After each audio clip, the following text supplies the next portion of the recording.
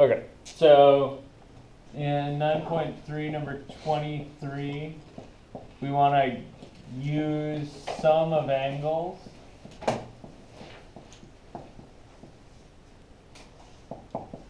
to think about cosine of x plus h.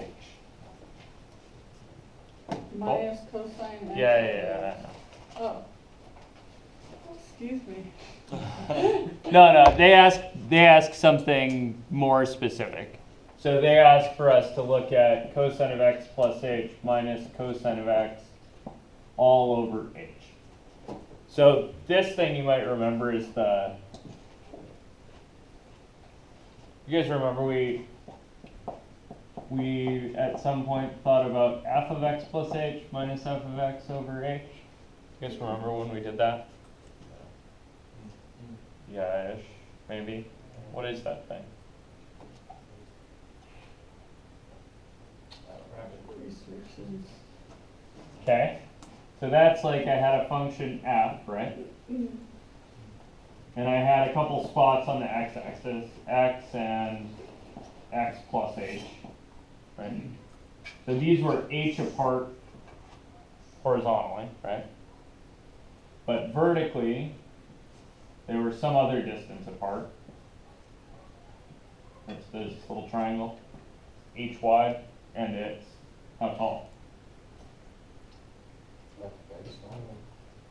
Yeah, it's f of x from the x-axis up on this side and f of x plus h on that side. So the total height difference is f of x plus h minus f of x. Are you with me on that? And that makes this thing a what over a what? Good, that's a rise over a run, right? So this is the slope of the line that goes between those. So this thing is the slope of a secant line. You guys remember that? So that's like sort of the average rate of change, right? So that's really what I'm trying to do here, right? Like this whole thing is like the average rate of change for cosine. And they think I should be able to simplify this somehow by thinking about the addition of angles formula. So that's all I'm going to do.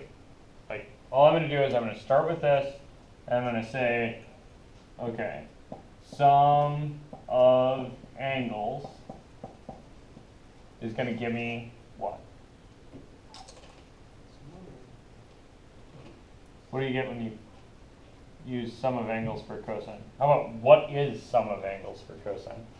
Cosine, theta. Yep. Minus cosine of the angle. Yeah, so it's cosine of the two angles multiplied together minus sine of the two angles multiplied together. So here I've got cosine of x plus h. So I should get cosine of x, right? And then what? Cosine h. Cosine h Minus. minus, Sine x and sine h. perfect, minus sine x sine h. And then I've got a minus cosine x, right? And this is all over h. Yeah, I got there. Okay, cool. So now I'm going to do this. I'm going to rewrite in a different order. So the different order I'm going to use is I'm going to collect the cosine of x's. So there's cosine of x, cosine of h, minus cosine of x, minus sine x, sine h. And this is all over h, right? You guys with me? Okay. I'm going to rewrite again. And you drop the cosine x minus cosine x? Oh, I see what you did. Okay. No, I literally just swapped the order of the sines and the cosine of x. Okay. So now I'm going to rewrite and factor. So the first thing I'm going to do is I'm going to say, okay, I've got some stuff with cosines over h minus some stuff with sines over h. You guys all with me on that? What's on top of this first h? What can I factor out of the cosine x, cosine h minus cosine x? Cosine x. There, pull a cosine x. So what are you left with there? Cosine h minus 1. Cosine h minus 1.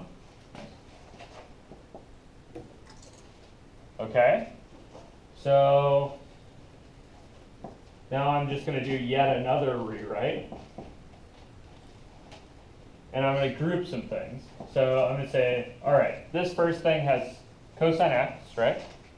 And then some crap that depends on h. And the second thing has what? Well, it's got some x stuff, right? That's a sine of x. And then some crap that depends on h. So what goes in the crap that depends on h here? Good. One of these should be easy. This one should be really easy. Sine of h over h. Yeah, that better be sine h over h. How about the other one? What's the crap that depends on h side? Cosine h minus 1 over h. Good. Cool. Cosine of h minus 1 over h, which I think is what they told me I should see. Yeah? Yeah. Okay, and then if I really had my thinking brain on, and a colored marker, which I don't, I would maybe notice that if h is basically 0, right? What's cosine?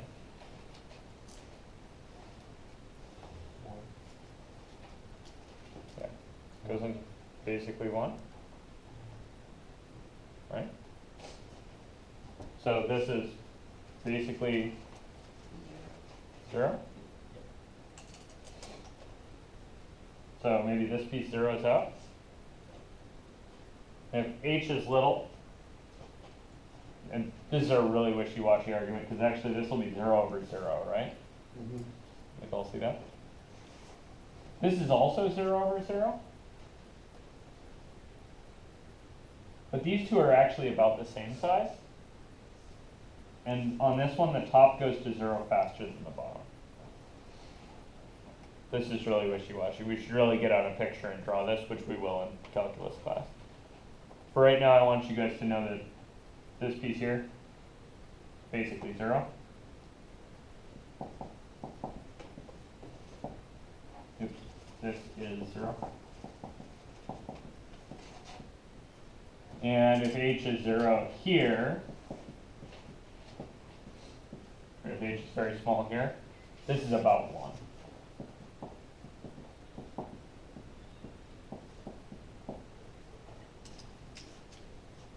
So what you get out of this is the slope of a secant line for cosine x is basically minus sine of x.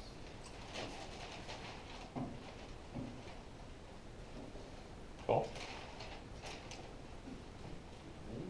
You want to see a little bit of that geometry just for kicks? Yeah. Okay, so here's a picture, right? You've got some angle h, right? It's really little, and it's sitting in a unit circle. So let me blow this picture up a little bit. Okay. So unit circle, right? This distance here is sine of h, right? You guys all see that? How long is this arc?